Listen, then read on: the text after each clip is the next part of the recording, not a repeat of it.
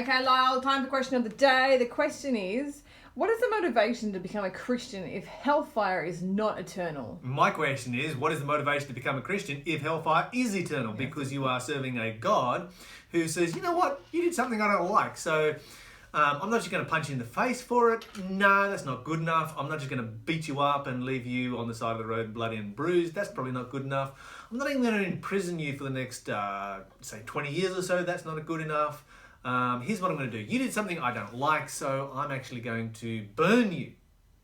Okay. That's pretty severe. That's severe. But not just burn you, for eternity. In fact, what I'm going to do is I'm going to use my divine power to preserve your life, because obviously a person can't survive being burnt.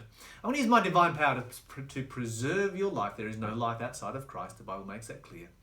So that I can burn you for eternity.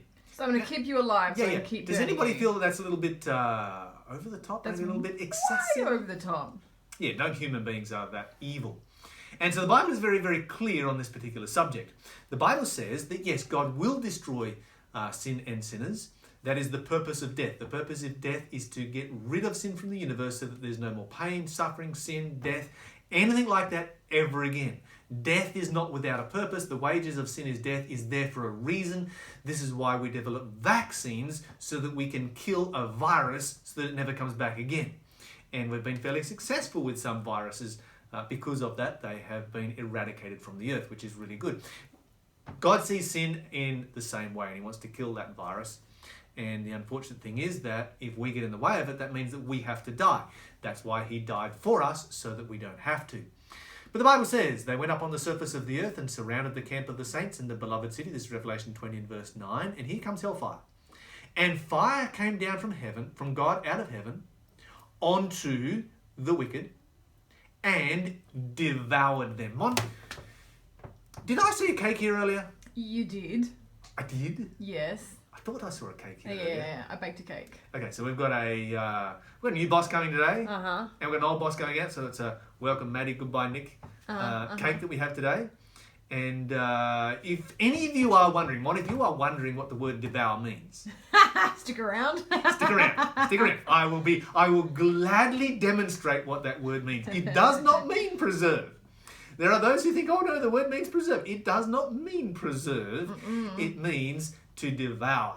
And the Bible says that the fire devours them. The purpose is to cleanse the world of sin, pain and suffering. Because as it goes over the page to say, here in Revelation 21 and verse 4, and God will wipe away all tears from their eyes. There shall be no more death, neither sorrow nor crying, neither shall there be any more pain, for the former things have passed away. The Bible says there's going to be no more death, and there will never be pain again. You can't have a fulfillment to that verse while hellfire is still burning. And so hellfire obviously goes out. And there are abundance of verses in the Bible that demonstrate this. You could go, for example, to, while we're in Revelation, let's go back to Jude, where the Bible talks about the cities of Sodom and Gomorrah.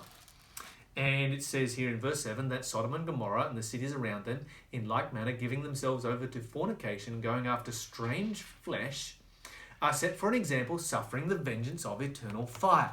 So here the Bible talks about Sodom and Gomorrah being burnt, inhabitants in that city. If you go over to 2 Peter, and I'm rattling through verses here, I'm running out of time. 2 Peter chapter 2 and verse 6, it says, and turning the cities of Sodom and Gomorrah into ashes, notice they're an example of what happens to the wicked, condemned them with an overthrow, making them an example to those that after would live ungodly lives. Is Sodom and Gomorrah still burning? No. No, they're not still burning. And so the Bible doesn't teach that we come to Christ through fear. The Bible teaches that we come to Christ because we see a better way. We see God's love for us in his death for us on Calvary. We love him in return. And that's what brings us to Christ, not the fear of hellfire. Thank you, Lyle. If you have a question, give us a call here. Our number at Faith FM is 1-800-324-843.